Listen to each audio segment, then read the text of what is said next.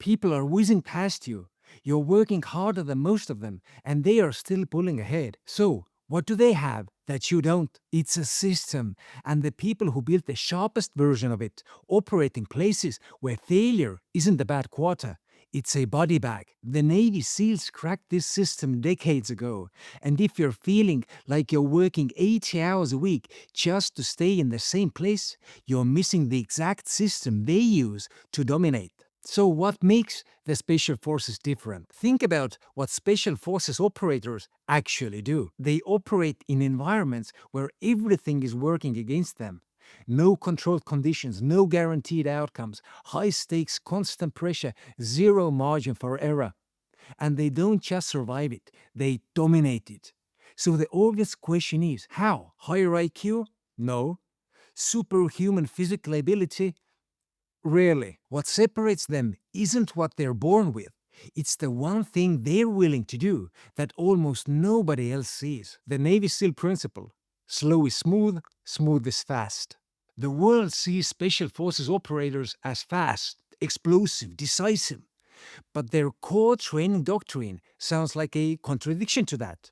Slow is smooth, smooth is fast. This isn't a motivational phrase, it's a learning system, and it describes exactly how elite execution is actually built. So, here's what they figured out a long time ago.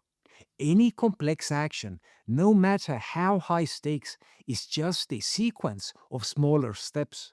Breaching a door, clearing a room, executing a coordinated assault under fire.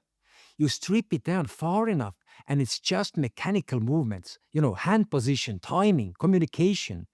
Each one is trainable in isolation at low speed until the movement becomes automatic. Think about your own execution. You're probably moving fast, but not cleanly. Lots of motion, but not enough traction. That's not an effort problem, that's a sequencing problem.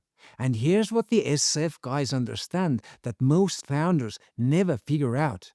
Fast without proficiency isn't momentum. It's just a higher velocity mistake. You don't build real execution speed by doing more things faster. You build it by doing fewer things with enough repetition that they become automatic.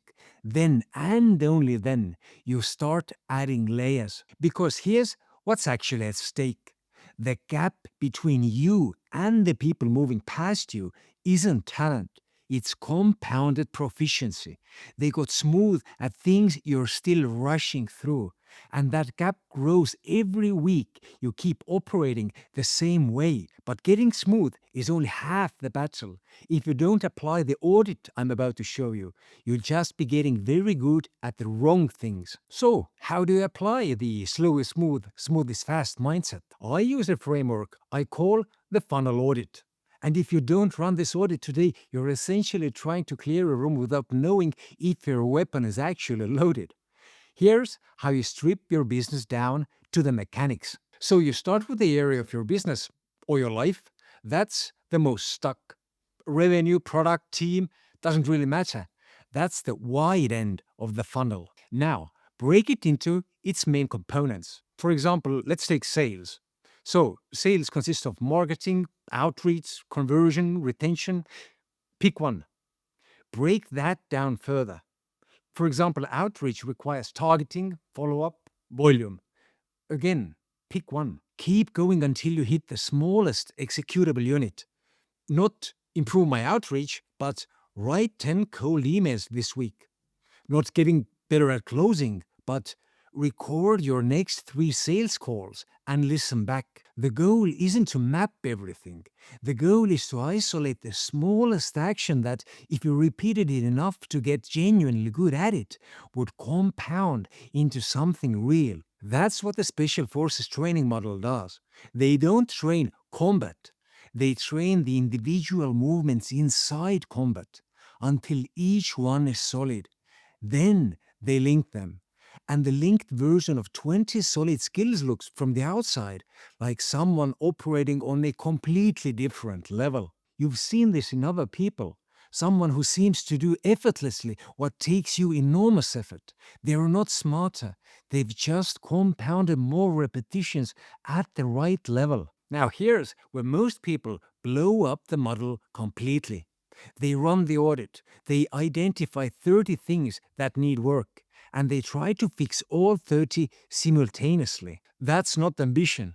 That's a productivity costume on top of self sabotage. When you split your focus across too many skill targets at once, you don't get 30 things improving. You get 30 things in permanent mediocrity because none of them get enough repetition to actually lock in. The operators don't do this. They isolate the target skill, they drill it until it's automatic, then they build the next one on top of it. This is how you create a compounding capability stack, not by doing everything at once, but by doing one thing until it's solid, then adding the next layer. And yes, in the short term, this looks slow. It feels like you're not doing enough. Every instinct you have as a founder will tell you to add more, move faster, cover more ground. You have to ignore it because the alternative is what you're already doing. Spreading across everything, getting good at nothing, watching people with narrow focus and deeper repetition pull ahead of you, and not understanding why. But here's the truth. Clean execution gets you far. But the execution without clear decision making is just moving fast in the wrong direction. The moment pressure hits, most people stop thinking clearly, and that costs more than any skill gap ever will. So, watch this next video where I break down the exact decision making tool the military uses to think faster and clearer under pressure.